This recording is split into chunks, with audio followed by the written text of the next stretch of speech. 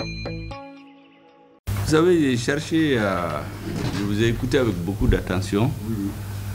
Je me rends compte d'abord que vous avez une très bonne mémoire et j'ai l'impression que la majorité des gens, des militants du GPM ont une bonne mémoire parce que je vois quand vous trompez, il y en a qui corrigent.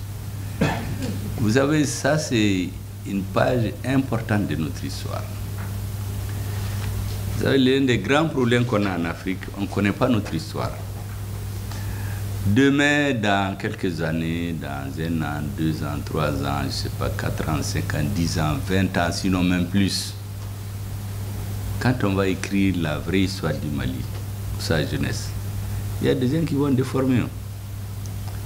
Vous savez qu'on dit que la victoire a beaucoup de parents. L'échec est orpheline. Quand tout va marcher là, il y a des gens qui vont dire que c'est eux. Beaucoup d'entre vous auront pris de l'âge, certains ne seront même pas là. Les plus jeunes, certains vont oublier. C'est pourquoi je suis très content que vous ayez tout ça en mémoire. J'espère que c'est écrit parce qu'il faut tout écrire et laisser. Il faut que les générations futures connaissent la vraie histoire. Parce que chez nous, on ne connaît pas la vraie histoire. Quand une équipe vient au pouvoir, il y a sa version propagandiste. Ça devient la vérité pour le peuple. Ce n'est pas toujours vrai.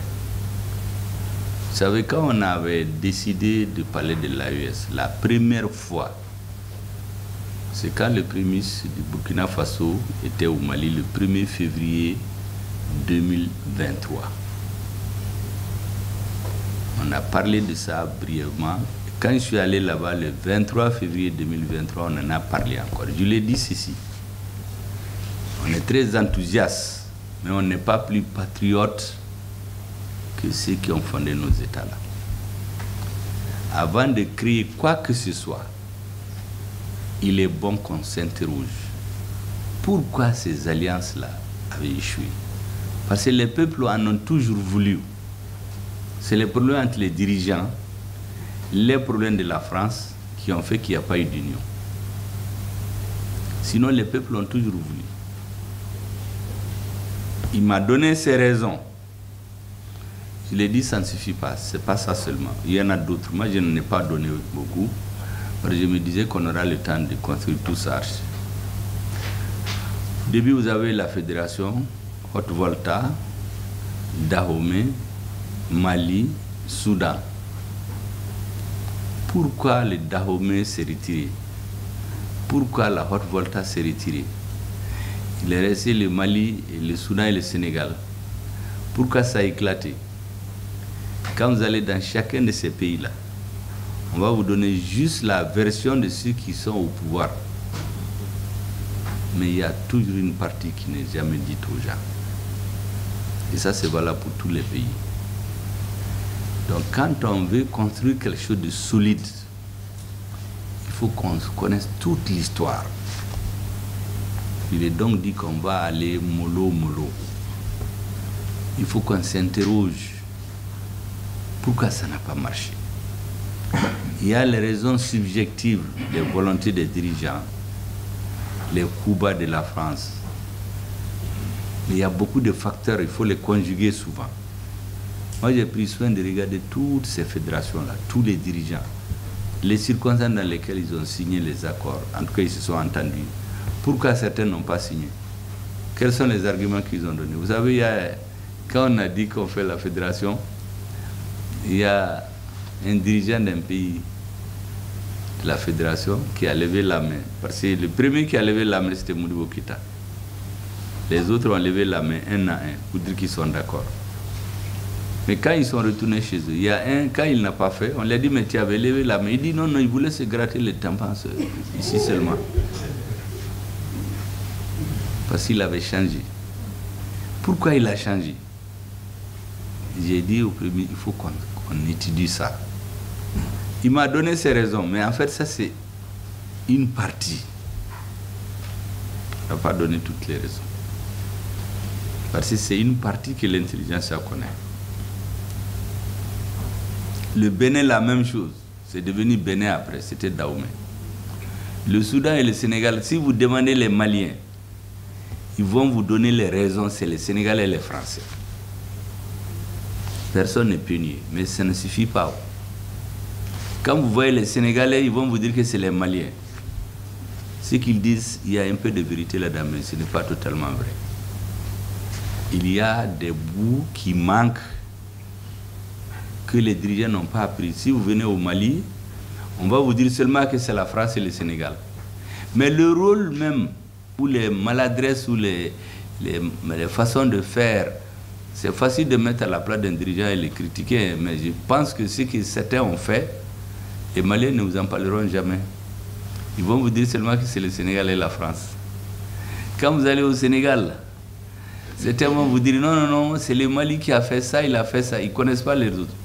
Alors qu'en réalité, dans toutes ces fédérations-là, quand vous regardez, il y a les côtés subjectifs, c'est-à-dire il y a des intérêts de pouvoir souvent qui ont dominé.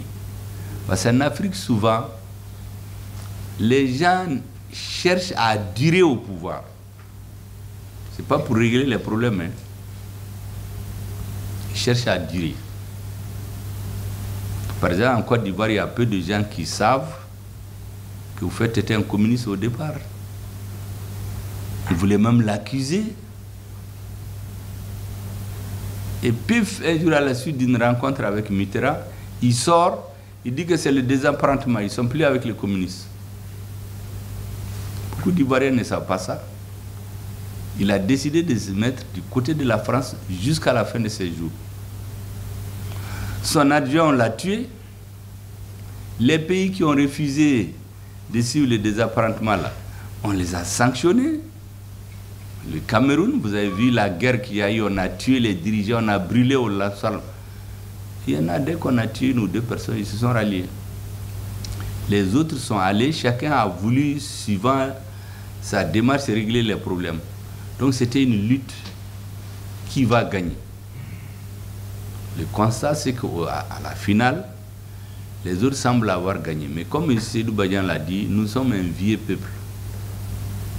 10 ans, 20 ans dans l'histoire d'un pays, ce n'est rien.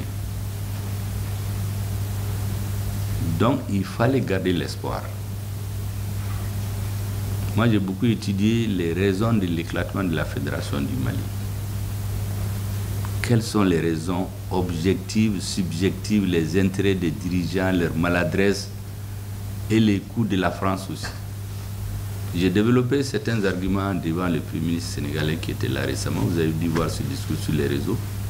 Même eux, ils ont appris certaines choses. Parce que moi, je me suis dit, il ne suffit pas de dire telle a raison, telle n'a pas raison.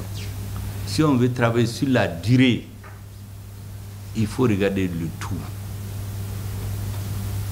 Même si c'est ton père, tu regardes là où il n'a pas réussi pour corriger ses erreurs. Ça ne veut pas dire que tu ne l'aimes pas.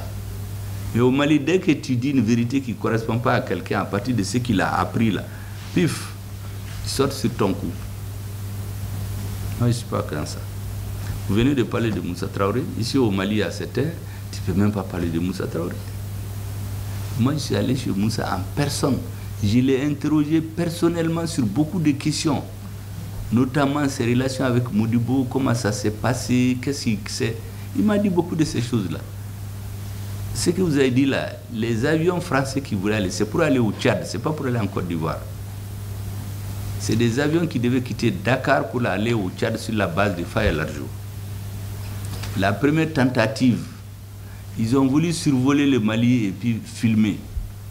Les MiG les ont interceptés dans la région de Caille. Ils leur ont dit, si vous ne retournez pas, on tire dessus. Ils sont allés. L'ambassadeur de France est allé le voir le lendemain pour lui dire qu'on voulait abattre leurs avions. Il dit non. C'est qu'il faut qu'ils sachent que le Mali est un État souverain. On ne peut pas survoler le Mali sans l'accord des autorités. Donc il n'a qu'à demander à Mitterrand qui demande l'autorisation. Et quand ils ont donné l'autorisation, dès que les avions ont décollé à Dakar, les MiG se sont levés ici, ils les ont interceptés dans la région de Caille. Ils les ont escortés jusqu'à sortir du territoire malien. Et les avions sont revenus. Les Français ont compris que on ne peut pas jouer avec le Mali. La première visite que Mitterrand a fait ici, dès que son avion a traversé le territoire algérien, les MiG ont escorté son avion jusqu'à atterrir à Bamako. Son premier voyage ici. Le dernier défilé que l'armée malienne a fait, Moussa a invité la France, la Russie et les pays africains. Les Français ont envoyé leur ministre de la Défense, Charles Hernu. Les Russes ont envoyé leur chef d'état-major, général des armées. Quand les MiG sont venus défiler, faire des tours qu'on ne voyait pas en Afrique, le Russe lui a dit que ces pilotes-là n'existent qu'en Israël et en Russie. Personne ne peut faire ça.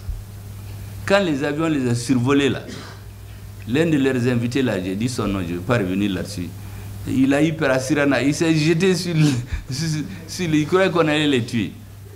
Et puis Fenchaman qui a fou dans draka quand katana est au hôpital là, min quarantaine en foyer. Depuis et après, il y a des chefs d'État qui sont réunis. Ils ont dit, mais le Mali là, qu'est-ce qu'il veut?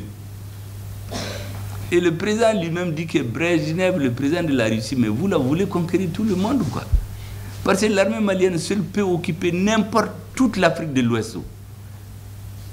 Le Mali pouvait se battre sur ces 7 frontières. Il n'y a pas un pays en Afrique que le Mali ne peut pas atteindre en 20 minutes. Même si tous les pays se coalisaient contre le Mali. Il dit qu'il a dit à Brejnev que eux, nous sommes un vieux peuple.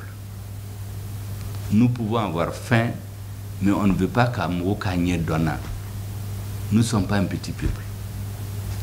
Moi, je vais équiper le Mali militairement pour pouvoir tranquillement, après, si je vais m'occuper des questions de développement. Il dit que Brejnev l'a pris, l'a embrassé. Il a dit c'est ce que nous faisons aussi. Un État qui n'a pas les moyens d'assurer sa défense, il n'est pas un État indépendant. Mais sur ce plan-là, quand vous demandez aux Maliens, ils ne connaissent rien de tout ça. Moi, j'ai pris le temps de m'informer. Tous les anciens qui vivaient, RDA, PSP, IDP, moi, je partais sur chacun d'entre eux pour discuter avec lui, pour comprendre. Je partais sur Seydou Badian Kouyaté, je partais sur Omar Boré, je partais à Amadou Djikroni, c'est vrai, je ne suis pas allé chez lui, mais on s'est rencontrés dans le Kopo. On discutait souvent de certaines questions. Je suis allé chez Gologo plusieurs fois, lui d'ailleurs plus fréquemment que tous les autres. Tout ça, c'est pour comprendre. Parce que ce qu'on dit à la jeunesse là, c'est différent de la vérité. À l'occasion du cinquantenaire, il y a eu un débat ici sur la monnaie malienne. Moi, je suis allé là-bas avec un cahier. Tous les anciens qui ont parlé, j'ai leur nom dans mon cahier. Ce que j'ai écouté là-bas chez certains, c'est différent de ce que nous on sait. Parce qu'il y a des gens qui ont participé aux négociations qui ont parlé là-bas. Mais il y a d'autres qui n'ont pas participé, ils étaient dans les manifestations des partis. Quand ils ont parlé, il y a quelqu'un qui a participé aux négociations, il s'appelle Dotien Koulibaly. Ça doit être, il dit qu'il est beau-frère de Modibo. Mais il a dit à certains, n'enseignez pas le mensonge à la jeunesse. Moi, j'étais dans les négociations à Paris. Quand on a quitté Paris, on est venu de l'aéroport, on est allé à Koulouba. On a remis les documents à Modibo. De là-bas, on nous a dit d'aller dormir. Quand on est revenu le matin, on nous a donné les documents. Et on est allé à l'aéroport. De là-bas, on est allé directement à Paris. Donc ce qui s'est passé et ce que vous dites là, c'est différent. Vous êtes en train d'arrêter d'enseigner le mensonge à la jeunesse. La jeunesse malienne a droit à la vérité. Chez nous, on ne dit pas la vérité toujours. Moi, je suis sûr que si vous demandez aux Ivoiriens, il y a très peu de gens qui savent que vous faites être un communiste. Ce que les Occidentaux font avec les chefs d'État africains, on vous amène dans une maison, on vous menace. Quand vous êtes devant les gens, c'est mon ami, c'est les accolades. Mais derrière les rideaux, on les menace de mort. Ou bien on décide de les compromettre dans l'opinion. Parce qu'ils connaissent tout sur eux. Il y en a qui ont cédé comme ça. La création du RDA, beaucoup ne savent même pas comment ça s'est passé. Ils connaissent que les aspects propagandistes. Moi, j'ai pris soin de voir, même les gens qui l'ont initié, les 5 premières personnes qui sont réunies pour dire qu'ils vont faire un parti qui s'appelle RDA. Sur quoi ils se sont entendus? Qui n'a pas respecté? Comment ça s'est passé? Mais on ne dit pas la vérité aux gens. C'est pour cela que d'ailleurs, moi je suis en train de faire un livre de plusieurs tomes d'ailleurs sur l'histoire politique du Mali de 1946 à maintenant. De 46 à 60, de 60 à 68, de 68 à 78, 78, 91, de 91 à 92, de 92 à 2002, ainsi de suite, par chaque étape. Parce que les informations qu'il y a dans ces parties-là, c'est totalement différent souvent de ce qu'on nous dit. C'est récemment que l'époux de Moussa m'a dit, je m'excuse, qu'il y a des gens que Moussa savait qui travaillaient avec les services secrets étrangers depuis 1986. J'ai dit, mais madame, mais pourquoi il ne les a pas arrêtés ou dénoncés? Il dit, non, Koulka Watila, bon, on ne fait pas ça, ou bien on suivait les gens. Et quand vous demandez sur ces gens-là au Mali, on vous dit que c'est des héros. Parce que, contrairement à ce que les gens pensent, vous savez que vous ne pouvez pas parler de mal de Modibo devant Moussa Traoré. Moi, j'ai parlé avec lui. Si vous regardez en matière de politique extérieure, en matière de défense, on a continué les pierres que Modibo a posées. Et rien n'a changé, on a renforcé. La défense, les embryons, c'est Modibo qui a posé. Mais les lettres d'or de la défense, c'est les Moussa Traoré. L'armée de l'air, c'est qui l'ont créé. Tous ces MIG-là qui sont venus, c'était eux, parce qu'ils ont continué une ligne. Les relations avec les mouvements de libération, c'est la ligne que Modibo avait tracée. Modibo a envoyé des militaires entraîner les mouvements de libération nationale. Moussa Traoré était là-dedans. Il a fait le maquisard. Il a vu les Kabila. Il connaît les caractères des gens. Même son épouse là. C'est pendant qu'il a entraîné les maquisards, il partait à l'ambassade de temps en temps là-bas, qu'il a connu, ils se sont épousés. Et Mandela, vous savez, quand Mandela a quitté la prison, en 1990, je crois, le premier pays d'Afrique francophone qu'il voulait visiter, c'est le Mali. À cause des grands services que le peuple malien a rendus à l'Afrique du Sud. Tout le monde se rappelle, ils sont venus ici, ce que Modibo a fait pour eux. Et qu'est-ce que Moussa Traoré n'a pas fait après? Quand tu rentrais dans une ambassade malienne, tous les militants des mouvements de libération nationale, vous avez un passeport malien. Tout ce qui a été fait, beaucoup de chefs d'État d'Afrique centrale, ils sont devenus chefs d'État avec un passeport malien en poche. Quand on devait faire l'indépendance de l'Angola, entre l'UNITA et les MPLA. Je ne vais pas rentrer dans les détails, mais après ça, ce que le Mali a fait pour que les MPLA arrivent au pouvoir, même les Russes sont venus remercier Moussa Traoré, parce que tous les présidents africains ont craqué devant les pressions des Occidentaux, sauf lui. Et après ça, les Russes ont rendu la monnaie, ils nous ont donné des armes les plus sophistiquées. Donc, politique extérieure, politique de défense, le Mali n'a jamais changé jusqu'en 90. Mais quand vous demandez à la jeunesse, les gens ne connaissent pas. Les gens regardent seulement les pam-pam-pam là des politiques. Moi, je suis allé un jour, j'ai dit, président, mais pourquoi on dit que vous n'avez rien fait ici? Mais on vous a jugé au palais de la culture. C'est vous, c'est lui qui a mobilisé la Corée et les jeunes pour le faire. On vous a jugé deuxième fois au palais qu'on appelle palais des congrès, maintenant ça s'appelle le CICB. Quand vous allez au CICB, allez-y derrière le fleuve, quand vous regardez là, c'est comme le lion, la forme, c'est lui qui a dessiné la forme du CICB. Le pont Fard là, c'est à la veille de son inauguration qu'il est tombé, mais après j'ai vu des politiques qui sont venus dire que c'est eux qui l'ont fait. Et à Gao, la route Sévaré-Gao, c'est maintenant que c'est détruit que les gens savent à quoi ça sert. Moi, j'étais à Gao. Dans le temps, on ne connaissait pas le sud du Mali. Le Mali, on appartenait au Mali qu'à travers l'école, l'administration. Sinon, la monnaie, les produits, tout venait du Niger et des autres pays. Ce qui coûtait 1000 francs à Bougouni, le sac de 1000 en ce moment, c'était 1000 francs. Quand les gens l'amenaient à Gao, on le vendait à 5000 francs. Parce que pour aller de Sévaré à Gao, les gens font 2 semaines, 3 semaines. Il y en a qui mouraient dans le désert. Mais quand on a fait la route Sévaré-Gao, Gao s'est tourné vers le Mali. C'est pourquoi à Gao, il y a des gens qui parlent le Bambara. Mais avant là, personne ne parle le Bambara. Gao était coupé du Mali. Nous, on a su qu'on est malien, parce qu'on est à l'école et quand on a eu le bac. Donc, notre pays, il me dit, tu sais, Angawati là, Mogoti Yerefo. J'ai dit, ça c'est vous. En tout cas, nous, on a fini avec ça. Si ça n'imi Yerefo, ma vérité faux. Bon, c'est ce que vous êtes en train de faire. Vous êtes à Oubeka à Yerefo. Non, Yerefo, on va falsifier l'histoire. Quand tout va marcher là, il y a d'autres qui vont venir dire que c'est eux qui ont amené la Russie ici. Certains d'entre vous ne seront pas là ou ils ne seront pas au pouvoir. Mais si vous écrivez ça, les Daouda Tekete autres qui sont avec vous là, il faut leur dire d'écrire, qu'ils laissent des livres. Parce que les mensonges et les vérités d'aujourd'hui sont les vérités de demain. Vous savez, en Occident, là, tous les grands politiques, là, la matière qu'ils étudient le plus, c'est l'histoire. Si vous ne connaissez pas l'histoire, là, Karl Marx a dit que vous allez être amené à répéter. Comment la Russie est venue au Mali, il faut que vous l'écriviez. Ça, c'est un. La continuité de notre État dans ses relations avec la Russie. Ce n'est pas pour rien que les Sédou Badian, les Amadou Djikroni et autres, c'est les anciens militants du RDA.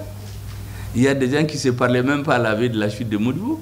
Parce que le RDA, là, vous avez vu, beaucoup se sont mis ensemble. Ça ne pouvait pas se prendre. C'était des gens qui ne voulaient même pas se voir à la chute de Modibo. Bon, avec le malheur, vous savez, on dit la lutte unie, le pouvoir divise. Outara, Fragnonka, mais arrêtez, ils ne se parlaient même pas. Mais, vous avez vu tous ces gens, c'est la nostalgie de ces périodes héroïques-là qui font qu'ils parlent bien de la Russie. Moi, j'ai entendu ce que Sédou Badian a dit. Il dit dans plusieurs années, le Mali va revenir. J'ai entendu ce que Moussa Traoré a dit. Moi, je parle avec lui. Il dit qu'il n'a jamais perdu l'espoir que le Mali va se reprendre. Le jour où les soldats maliens sont venus avec Serval, tout le monde a applaudi. Moi, je suis allé chez lui. Il me dit, tu sais, on est tous très contents, mais je veux que vous, la nouvelle génération, vous compreniez. Ce qui s'est passé là, il y a un prix à payer. La France ne va jamais aider le Mali à être ce qu'il est, si vous ne payez pas le prix. Il me dit donc, il faut relativiser votre gaieté là. Ça, c'est à l'intervention de l'opération Serval. Quand on sautillait tous dans les rues, Hollande, on donne nos enfants, les noms de nos enfants, Hollande, la France est un ami. Lui, il avait des réserves, parce qu'il savait ce qui se cachait derrière. Et ça n'a pas raté. Et vous avez tout le discours que Hollande a construit. C'était le mensonge. Hollande vient, il dit que l'opération Serval est intervenue pour 3 raisons. Première raison, détruire le terrorisme. 2013. 2020, le terrorisme aurait détruit, il quitte le Mali, prend 80%. Il arrive au Burkina, il arrive au Niger, il fait des incursions au nord du Togo et du Bénin. On frappe en Côte d'Ivoire. Donc c'était du mensonge. Il dit deuxièmement, on est venu pour restaurer l'autorité de l'État malien partout. Mais qui a empêché l'État malien d'arriver à Kidal? C'est l'armée française. L'actuel président, là, Assimi Goïta, il était dans l'équipe qu'on a empêché de rentrer à Kidal. Ils ont dit qu'ils vont rentrer même s'ils vont mourir. Vous savez ce que les Français ont fait? Ils ont appelé à Paris. Paris a appelé des hommes politiques ici, dont je ne veux pas citer les noms. C'est eux qui ont interdit officiellement à l'armée malienne de rentrer à Kidal. Et certains veulent être président maintenant du Mali. Moi, je les connais. Au débat, il ne faut pas parce qu'il y a des gens qui veulent échanger le Mali contre leur confort personnel. J'ai dit récemment aux gens que j'ai eu accès à certaines informations. Il se trouve que depuis 2000, il y a eu une conférence stratégique dans un pays africain ici. C'est la délégation malienne La première a soutenu l'idée selon laquelle, à l'horizon 2012,